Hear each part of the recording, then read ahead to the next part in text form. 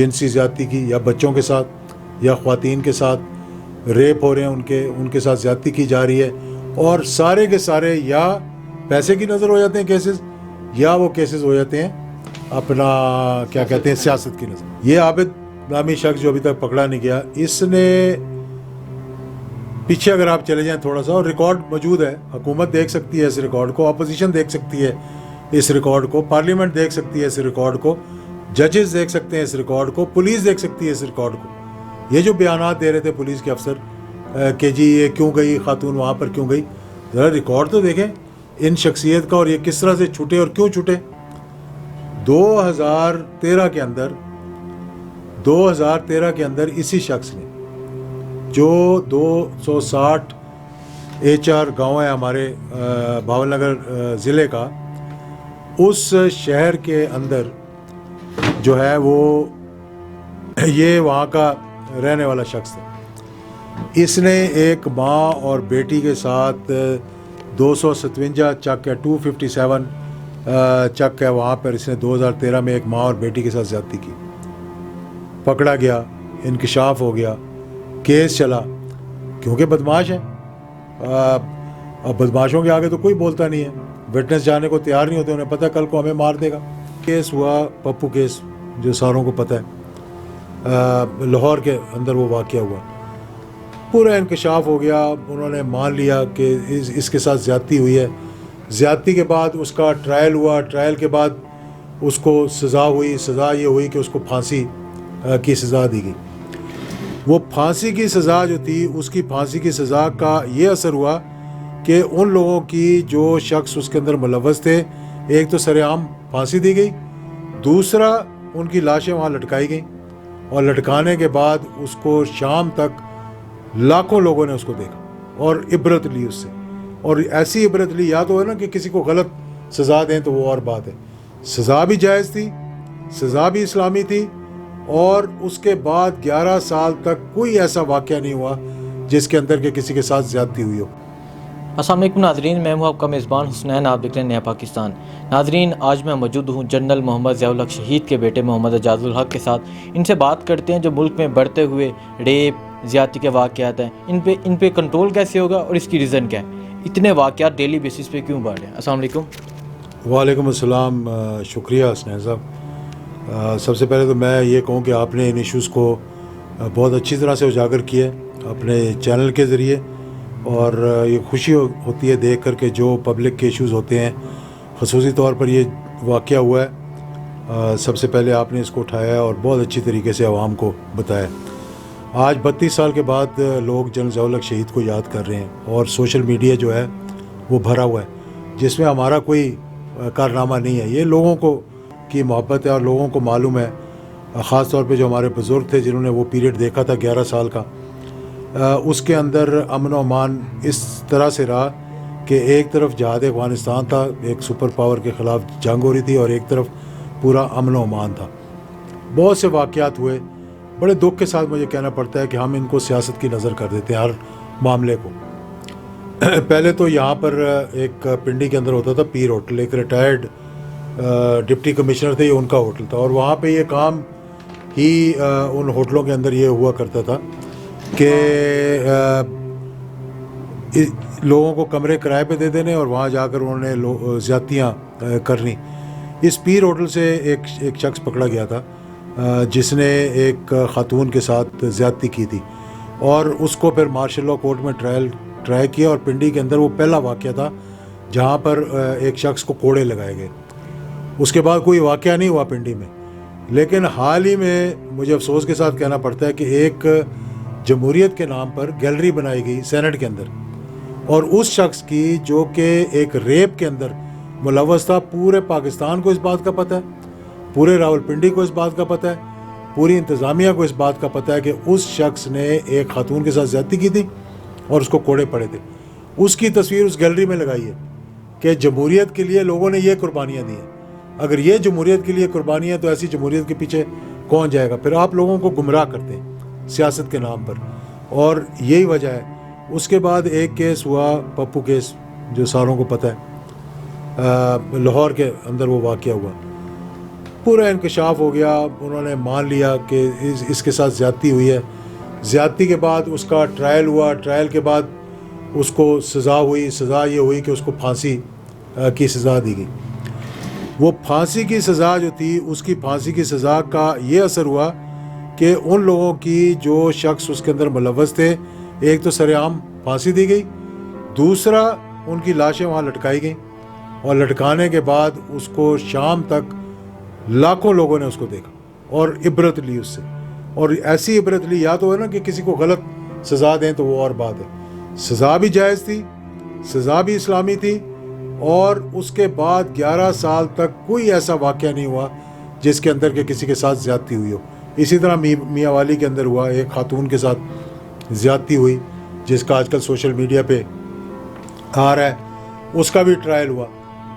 Trial کے بعد ان کو بھی سر عام پھانسی دی گئی, اور اس کے بعد لوگوں کے اندر ایسا تاثر گیا کہ پورے پاکستان کے اندر بالکل امن و امان رہا. کوئی اکا دکا واقعہ اگر ہو گیا ہو تو ہو گیا ہو, لیکن ایسے واقعات نہیں ہوئے. آج کل آپ دیکھیں کیا ہو رہا ہے, روزانہ کی بنیاد پر آپ دیکھیں گے کہ 1-2 واقعات ایسے ہو رہے ہیں جنسی زیادتی کی, یا بچوں کے ساتھ یا خواتین کے ساتھ ریپ ہو رہے ہیں, ان کے ساتھ زیادتی کی جا رہی ہے, اور سارے کے سارے یا پیسے کی نظر ہو جاتے ہیں کیسز, یا وہ کیسز ہو جاتے ہیں اپنا کیا کہتے ہیں سیاست کی نظر. اب میں یہ پوچھنا چاہتا ہوں آج آپ کی وساطت سے, کیونکہ آپ کا چینل لوگ دیکھتے ہیں, میں ججز سے پوچھنا چاہتا ہوں کہ کتنے اس قسم کے کیسز ہیں, قتل کے کیسز ہیں, ریپ کے کیسز ہیں, اس کے بعد جنسی زیادتی کے کیسز ہیں, کتنوں کو سزا ہوئی اور کیا سزا ہوئی ہے؟ ایک شخص جو ہے وہ ریپ کرتا ہے, چھٹ جاتا ہے, یا سیاسی وابستگی کی وجہ سے یا پیسوں کی وجہ سے. اب یہ حالیہ موٹر وے والا کیس دیکھ لیں, کتنی بڑی زیادتی یہ ایک آپ نے فورن نیشنل کے ساتھ کی ہے, جبکہ FATF کا معاملہ چل رہا ہے, جس کے لیے بھی یہاں پر آپ نے دیکھا کہ قانون سازی ہوئی, اور اس پر بھی اپوزیشن نے حکومت کا ساتھ نہیں دیا.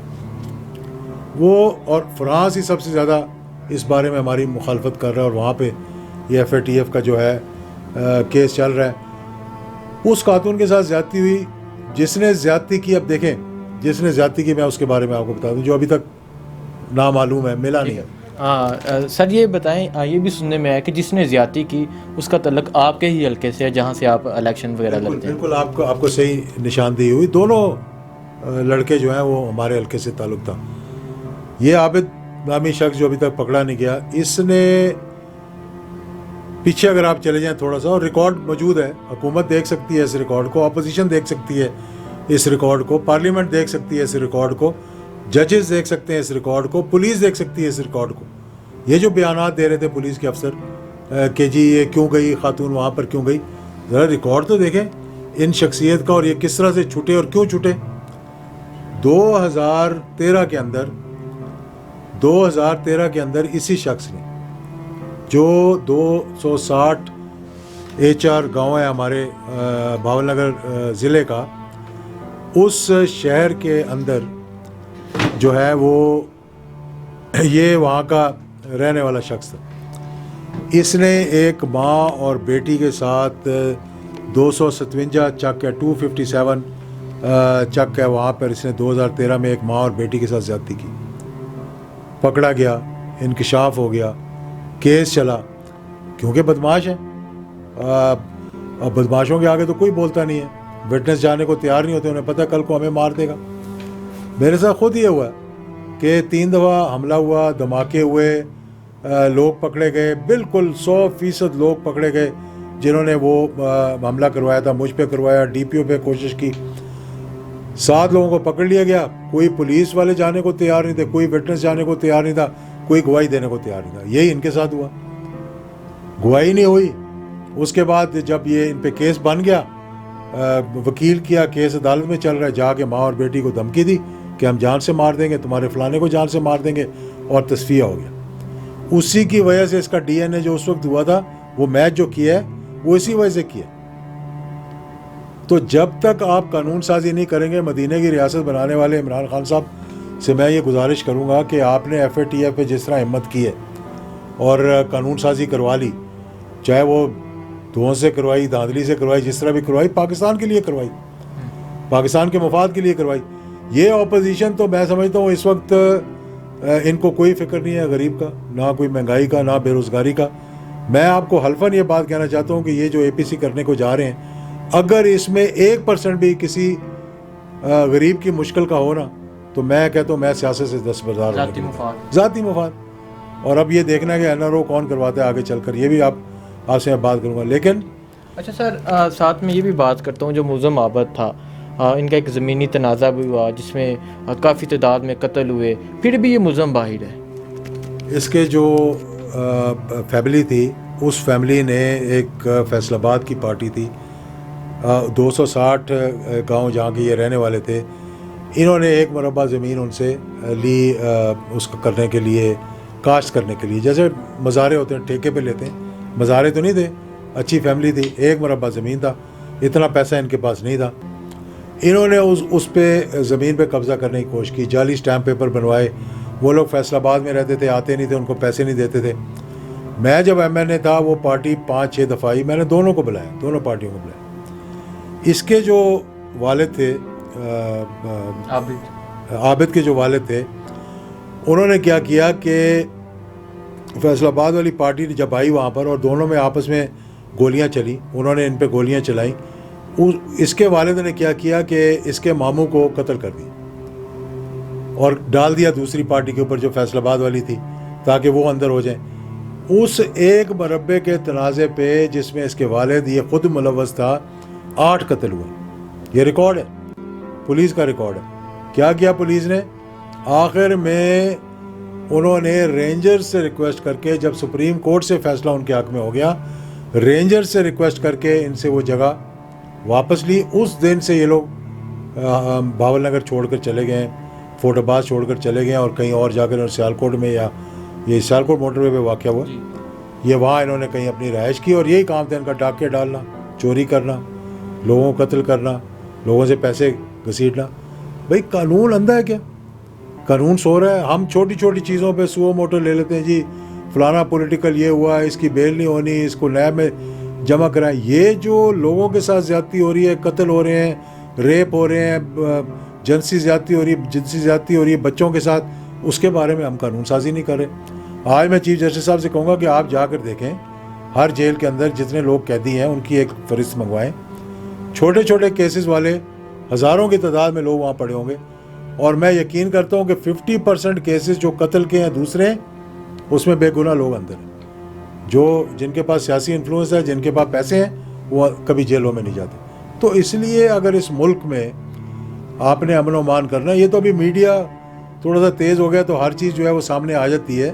میں سمجھتا ہوں اس پر بھی ہمیں ایک تھوڑی سی ایک حکمت عملی بنانی چاہیے، پیمرا کے ذریعے یا حکومت کے ذریعے یا اپوزیشن کے ذریعے، کہ آپ ان چیزوں کو اچھالیں جو جینون ہیں. آپ ان چیزوں کو میڈیا میں نہ لے کے آئیں جو کہ جینون نہیں ہے. آپ ایک ایشو کو جو جینون ہوتا ہے اس کو اٹھاتے ہیں، بہت اچھا کرتے ہیں، لیکن ایک ایشو جو جینون نہیں ہوتا اس کو بھی اٹھا لیتے ہیں آپ. اور پھر آپ اس حد تک ہم گر چکے ہیں کہ ہم نے پولیس کو، یعنی کہ میں کیا فورس ہے یہ پولیس کی، جہاں پر میرا سی سی پی او جو ہے، ایک سی سی پی او جو ہے، وزیر اعظم بھی اس کی تعریف کر رہے ہیں، وزیر بھی اس کی تعریف کر رہے ہیں، اور اس کے کہنے پر آپ نے ایک آئی جی کو تبدیل کر دیا.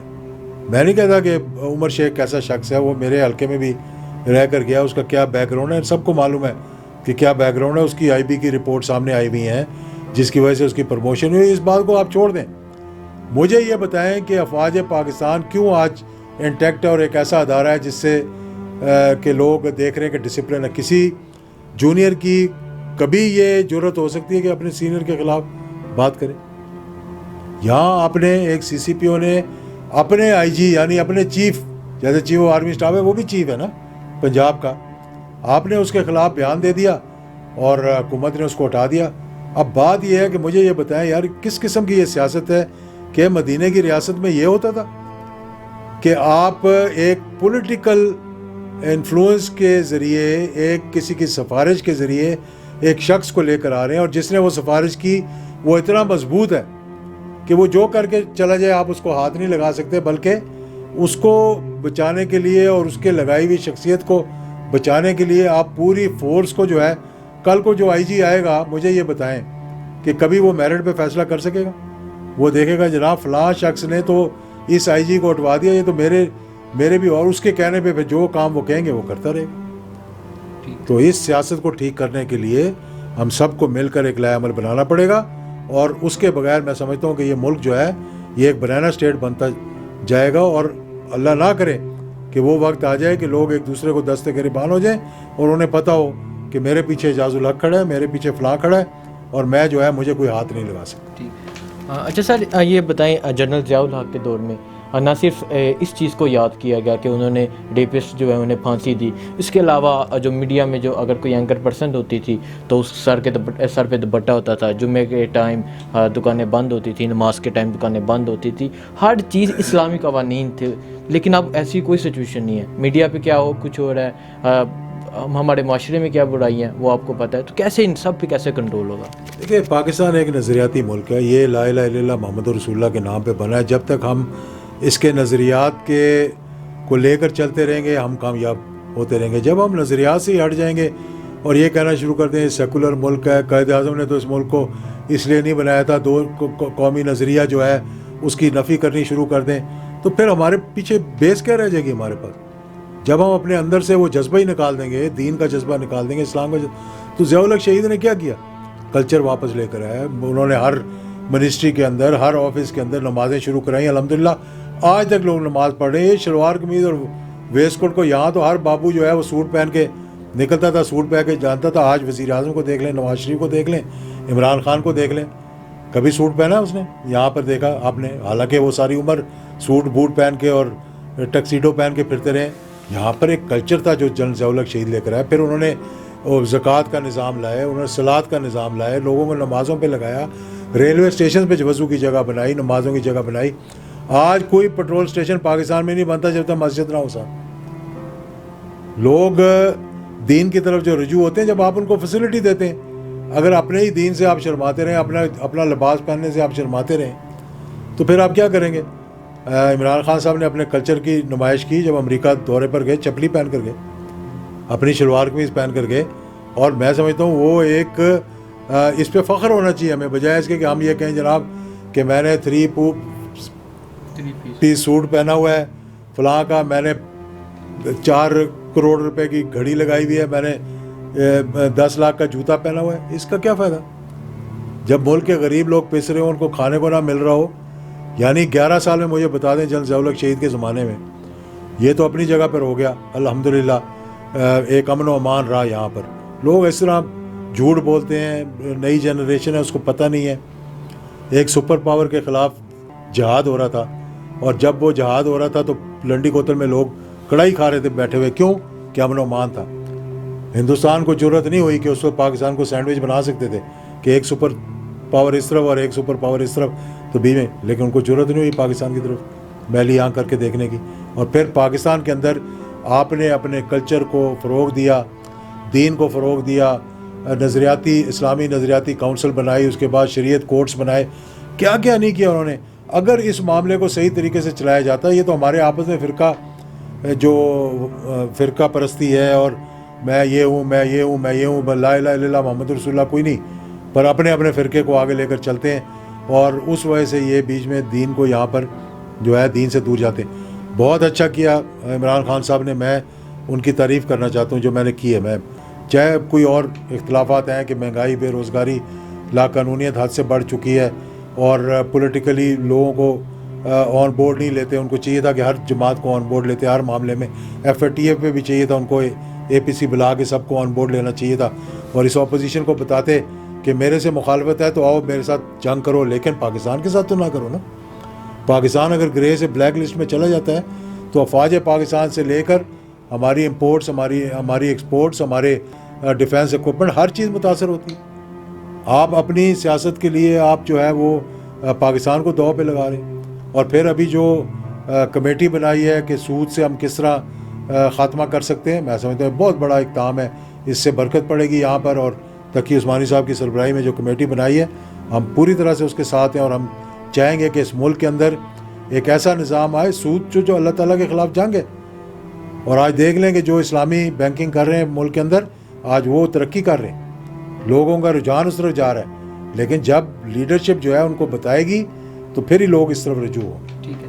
اچھا سر یہ بتائیں, جو درندہ صفت انسان ہے جو ایک 4 سالہ بچے کے ساتھ ریپ کرتے ہیں, 4 سالہ بچے کو زندہ دفن کر دیتے ہیں, اور جب ریسنٹلی موٹر پہ بھی واقعہ ہو, اس طرح کے بے شمار واقعات ہیں, انہیں کیا سزا ملنی چاہیے؟ سزا ایک ہی ہے, اس میں کوئی شک نہیں ہے. ان کو اسلام کے اندر, دین کے اندر ایک ہی سزا ہے, چاہے ہیومن رائٹس والے کہیں یا کچھ کہیں. سعودی کے اندر آج بھی گردنیں اتاری جا رہی ہیں, کوئی کسکا نہیں, کوئی بولا نہیں. دبئی کے اندر, باقی یو اے کے اندر 1-2 واقعات اس قسم کے ہوئے, جس کسی کو ریپ کیا گیا ان کو وہیں 5 منٹ کے اندر اندر گولی ماری گئی. یہاں پر بھی قانون سازی ہونی چاہیے, حکومت کو چاہیے کہ لے کر جائیں, بل لے کر جائیں, سزائے موت ہونی چاہیے اور کوئک ٹرائل ہونا چاہیے.